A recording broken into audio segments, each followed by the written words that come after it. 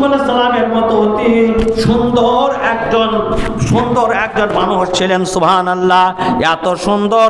আর তিনি 16 বছর 18 বছরের যুবতীদের মতো লজ্জাশীল ব্যক্তি ছিলেন।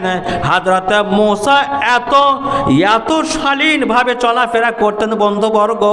আল্লাহ তাবারক ওয়া তাআলা পরবর্তী আয়াতে বলছেন, ইয়া আইয়ুহাল্লাযীনা আমানু তাকুল্লাহা ওয়া কুলু কাওলান সাদীদা। হে বিশ্বাসী ব্যক্তিবর্গ, আল্লাহ পাক রব্বুল আলামিনকে যথাযথ ভয় করো। ওয়া কুলু কাওলান সাদীদা, আর তোমরা মার্জিত ভাষা ব্যবহার করো, কারণ মার্জিত ভাষার কারণে মানুষের কর্মসূচির পরিবর্তন ঘটে। সুবহানাল্লাহ, জীবনের কর্মসূচিকে পরিবর্তন করে দেয় মানুষ যদি মার্জিত ভাষা ব্যবহার করে। আল্লাহ তাবারক ওয়া তাআলা মানুষের জীবনের কর্মসূচি সংশোধনকারী হিসাবে আপনার মার্জিত ভাষা ব্যবহার করার নির্দেশ দিয়েছেন। আপনারা বলবেন, একটা পাথরের কাপড়গুলো নিয়ে গেল, আর মূসা আলাইহিস সালাম কতটা দুর্বল ব্যক্তি ছিলেন যে পাথরের উপর থেকে কাপড়টা কেড়ে নিতে পারেননি। আপনারা বলবেন, তাই না? মনে হবে আপনাদের। হযরত মূসা আলাইহিস সালাম তিনি কোনো হসপিটালের বেডে পড়ে থাকা পেশেন্টে ছিলেন না, দুর্বল ছিলেন না। তিনি কেমন শক্তিশালী, সৎ সাহসী পুরুষ ছিলেন। আপনাদের সম্মুখে তার একটি এক্সাম্পল পেশ করব। একদা হযরত মূসা আলাইহিস সালামের নিকটে আজরাইল আলাইহিস সালাতু ওয়াস তাসলিম আসলেন। হযরত মূসা জিজ্ঞাসা করছেন, আপনি কে? উনি বলছেন, আমি আজরাইল। জিজ্ঞাসা করলেন, আমার নিকটে আগমনের উদ্দেশ্য কি তোমার? হযরতে আজরাইল আলাইহিস সালাতু ওয়াস তাসলিম বললেন, আমি তোমার প্রাণ হনন করতে এসেছি। যখন এই কথা বললেন, তিনি খুব রাগে মানুষ ছিলেন। মূসা আলাইহিস সালাম সেই আজরাইলের চোখ সোজা লক্ষ্য করে ঘুষু লাগিয়ে দিলেন। এক ঘুষি যখন দিলেন, এক ফাইট যখন দিলেন, সঙ্গে সঙ্গে আজরাইলের একটি চোখ নষ্ট হয়ে গেল। হযরত আজরাইল মূসা আলাইহিস সালামের নিকটে দাঁড়িয়ে থাকতে পারলেন না। সঙ্গে সঙ্গে আল্লাহ তাবারক ওয়া তাআলাকে গিয়ে ডেপুটেশন দিচ্ছেন, আল্লাহ গো, রব্বি আরসালতানি ইলা আবদি লা युरीदुल मौत, आए परवरदिगार आलम तो मुझे ऐसे बंदा के पास भेजा था जो मरने को नहीं चाहता है। আল্লাহ গো, তুমি আমাকে এমন বান্দার নিকটে প্রেরণ করেছিলে যিনি মৃত্যুর স্বাদ আস্বাদন করতে ইচ্ছুক নয়। আমার ভাই বন্ধুবর্গ, সেই মূসা যিনি আজরাইলের মতো ফেরেশতার চোখকে নষ্ট করে দিয়েছিলেন। সুবহানাল্লাহ, আল্লাহ তাবারক ওয়া তাআলা আজরাইলের সেই চোখকে অপারেশন করার জন্য কোনো সার্জনের দ্বারস্থ হননি, কোনো ডাক্তারের দ্বারস্থ হননি। আল্লাহ তাবারক ওয়া তাআলা সার্জনের সার্জন সঙ্গে সঙ্গে হযরত আজরাইলের চোখকে সাবেক অবস্থায় ফিরিয়ে দিলেন। দেওয়ার পরে তিনি বলছেন, আজরাইল শোনো শোনো, আবার তুমি মূসা আলাইহিস সালামের নিকটে যাও, তাকে বলো একটি গরুর পৃষ্ঠদেশে হাত রাখবে। তোমার হাতের তলদেশের নিচে যতগুলো লোম ঢাকা পড়বে, তত লোম পরিমাণে তোমার আয়ু বৃদ্ধি করে দেওয়া হবে। যতটা লোম ঢাকা পড়বে, প্রত্যেকটি লোমের পরিবর্তে 1 বছর করে আয়ু বৃদ্ধি করে দেওয়া হবে। এই কথা যখন বললেন, এই অফার যখন দিলেন আল্লাহ তাবারক ওয়া তাআলার পক্ষ থেকে, হযরত মূসা বললেন, এর পরে কি হবে? আজরাইল বললেন, এর পরে আপনাকে মৃত্যুর স্বাদ আস্বাদন অবশ্যই করতে হবে। তখনই হযরত মূসা আলাইহিস সালাম বললেন, আল আন, তুমি এই মুহূর্তে আমার প্রাণকে হনন করো। আমার ভাই ও বন্ধুবর্গ, সেই মূসা আজরাইলের চোখকে নষ্ট করে দিয়েছিলেন। কত সৎ সাহস তার ভেতরে ছিল, তিনি কত বড় শক্তিধর মানুষ ছিলেন। আজরাইলের ফেরেশতা যখন কোনো মানুষের নিকট উপনীত হয়, তখন তার আপনার পাকস্থলী পর্যন্ত শুকিয়ে যায়, আপনার জুজু ভয়ে জড়সড় হয়ে যায়। মুরগির খাঁচার মধ্যে শ্রীগাল যখন মুখ ঢোকায়, মুরগির খাঁচার মধ্যে যখন বন বিড়াল মুখ ঢোকায়, কবিতরের খাঁচার মধ্যে যখন বন বিড়াল বন গড়া মুখ ঢোকায়, সমস্ত খাঁচার কবুতরগুলো মনে মনে চিন্তা করে, মুরগিগুলো চিন্তা করে আমাকে ধরবে। তারা ভয়ে জুজু হয়ে যায়, জড়সড় হয়ে যায় বন্ধুবর্গ। অনুরূপভাবে যত বড় বীর পালনের নিকটে, এমনকি হিংস্র জন্তুর নিকটে আজরাইল যখন উপনীত হয়, তখন তারা ভয়ে জড়সড় হয়ে যায়। কিন্তু হযরতে মূসা জড়সড় হননি, উপরন্ত তিনি আজরাইলের চোখে ফাইট মেরে তার চোখকে নষ্ট করে দিয়েছিলেন। আর সেই পুরুষ পাথরের পিছনে ছোটা সত্ত্বেও কাপড় কিন্তু কেড়ে নিতে পারেননি। মূসা আলাইহিস সালামের শরীরে যা শক্তি ছিল, তার দৌড়ানোর যে গতিবিধি ছিল, তার থেকে অনেক গুণে গতি বাড়িয়ে দিয়েছিলেন আল্লাহ তাবারক ওয়া তাআলা পাথরের মধ্যে। এটা আল্লাহ তাবারক ওয়া তাআলার অলৌকিকতা ছিল, একে বলা হয় মুজিজা। বন্ধুবর্গ, আমার ভাই ও বোনেরা, আল্লাহ তাবারক ওয়া তাআলা তাই হযরতে মূসা আলাইহিস সালামকে অপবাদ থেকে মুক্ত করেছিলেন।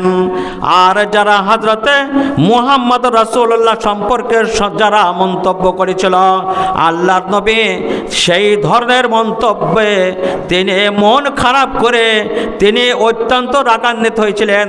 আর আল্লাহ তাবারক ওয়া তাআলা রাসূল আকরাম সাল্লাল্লাহু আলাইহি ওয়াসাল্লামের সম্পর্কে কথা কিভাবে বলতে হবে, তাকে অপমান করলে মানুষের পরিণতি কি হবে, আর তাকে এবং তার রাসূলকে সন্তুষ্ট করলে কি হবে। আল্লাহ পাক রব্বুল আলামিন পবিত্র কোরআন উল্লেখ করেছেন, মাইয়াতিলা রাসূলাহু ফাকাদ ফাযা ফাওজান আযীমা। যে ব্যক্তি নর অথবা নারী হোক না কেন আল্লাহ এবং তার রাসূলের অনুকরণ করবে, আল্লাহ তাবারক ওয়া তাআলা বলেন সে বৃহত্তম সফলতা অর্জন করবে।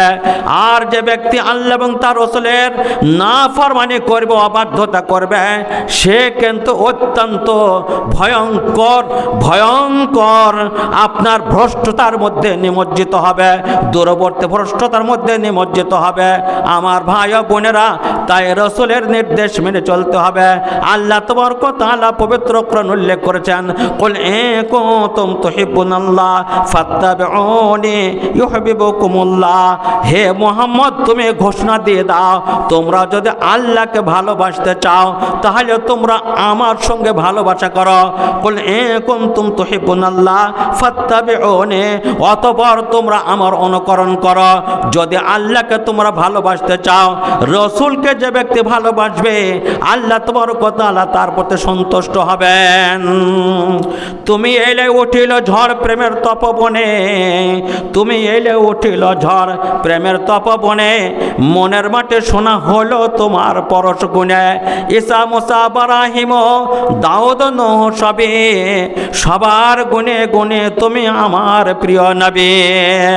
আমার ভাই ও বোনেরা, আল্লাহ তাবারক ওয়া তাআলা এই জগৎ আমাদেরকে পাঠিয়েছেন, আমাদের কিছু করণীয় রয়েছে।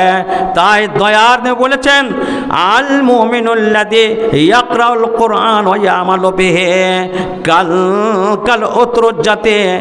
যে মুমিন ব্যক্তি পবিত্র কোরআনকে পাঠ করবে আর কোরআন মাফিক নিজের জীবনকে পরিচালন করবে, আল্লাহর নবী বলছেন সেই ব্যক্তির দৃষ্টান্ত ওই কমলা লেবুর মতো।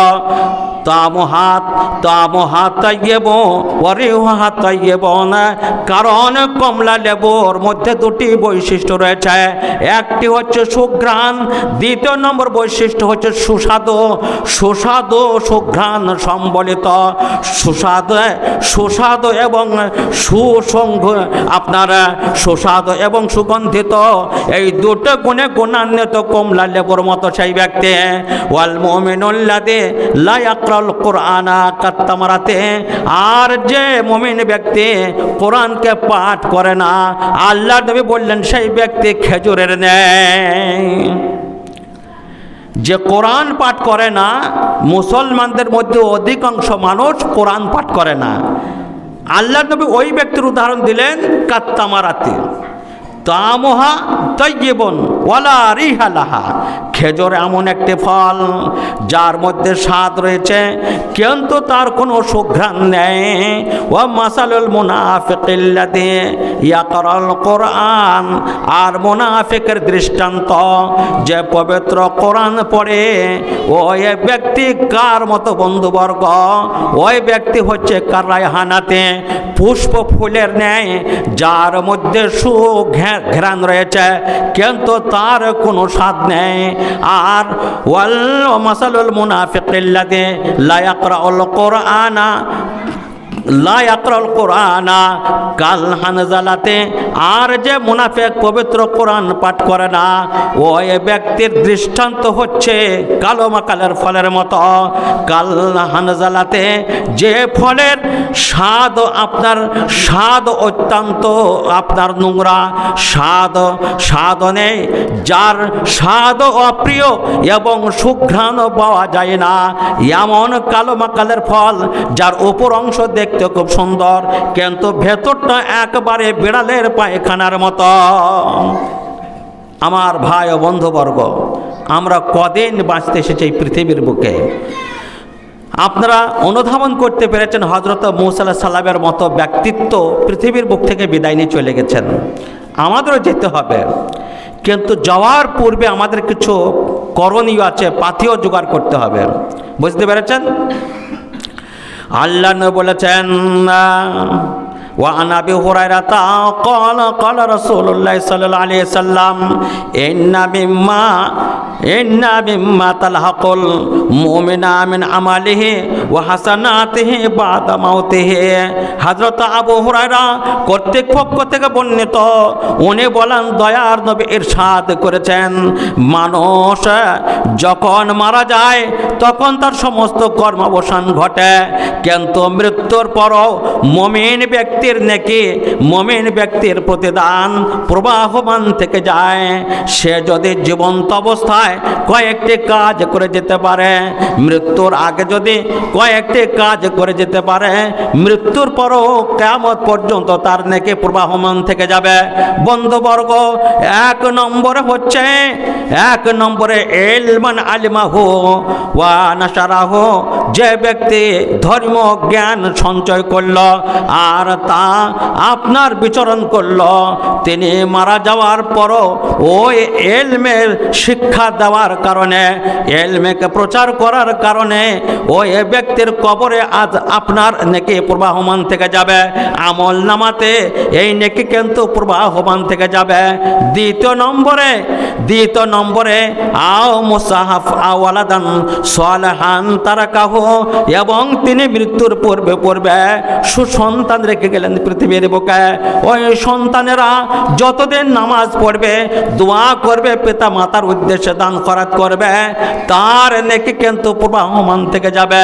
তৃতীয় নম্বরে আও মুসাহাফা ওয়ারাসাহু, ধর্মীয় কিতাব যদি কোনো ব্যক্তি লিখে যেতে পারেন, ওই ধর্মীয় গ্রন্থ যতদিন পর্যন্ত জনগণ আপনার পাঠ করতে থাকবে, পঠন পাঠনের আপনার মানুষ যখন নিমগ্ন থাকবে, যতদিন তার লিখিত পুস্তক মানুষ নাড়াচাড়া করবে এবং পড়তে থাকবে, ওই ব্যক্তি আপনার আমল নামায় তার নেকি কিন্তু প্রবাহমান থেকে যাবে।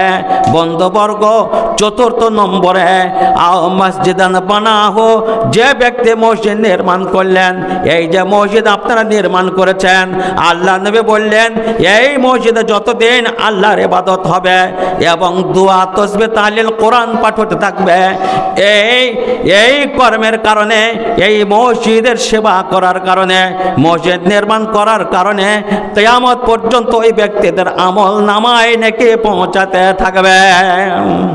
চতুর্থ নম্বরে।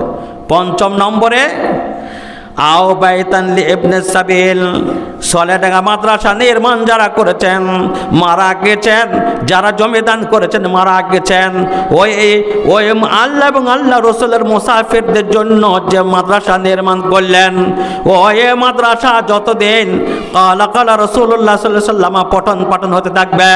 এই মাদ্রাসা যতদিন পৃথিবীর বুকে বিদ্যমান থাকবে, ও এ নির্মাণকারীরা আপনার কিয়ামত পর্যন্ত নেকি পেতে থাকবেন বন্ধুবর্গ।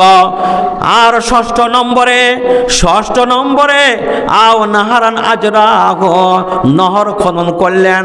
আমার অনেক ভাই ও বোনকে দেখা যায় পুকুর খনন করে থাকেন, মানুষ পানি ব্যবহার করবে বলে গরু মহিষকে গোসল করাবে, নিজেরাও স্নান করবে, টিউবওয়েল বসিয়ে দিলেন, কূপ খনন করে দিলেন, সাবমার্শাল বসিয়ে দিলেন। এই আপনার জনগণের জন্য পানীয় জলের ব্যবস্থা যিনি করবেন, ও এ পানীয় জল যতদিন পর্যন্ত জনগণ ব্যবহার করতে থাকবে উনি কিন্তু সে নেকি পেতেই থাকবেন। সপ্তম নম্বরে আও সাদাকাতান আখরাজাহা মিম্মা আলাইহি ফি হায়াতি ওয়া সিহাতিহি তালহাকুহু বাদা মাউতিহি। সপ্তম নম্বরে সুস্থ সবল অবস্থায়, জীবন্ত অবস্থায় মাল থেকে কিছু অংশ দান করলেন, সাদকা দিলেন, দান খয়রাত করলেন। ওই ব্যক্তি মারা গেলেন, ওই দান করার কারণে সুস্থ সবল অবস্থায় যে দান করলেন, এই দান করার কারণে মৃত্যুর পর কিয়ামত যতদিন সংঘটিত না হবে তার কবরে এর নেকি পৌঁছাতে থাকবে। এই কটা কাজ যদি আপনারা করতে পারেন মৃত্যুর আগে, এ কিন্তু প্রবাহমান থেকে যাবে আমার ভাই ও বোনেরা। আল্লাহ তাবারক ওয়া তাআলা